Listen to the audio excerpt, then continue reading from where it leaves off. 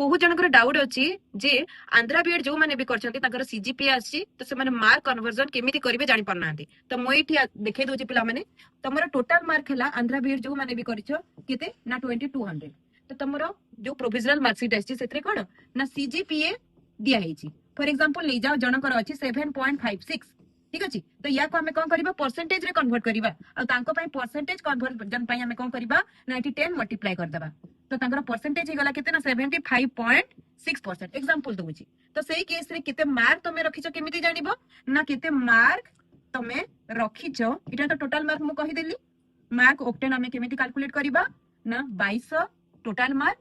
into percentage 75.6 by 100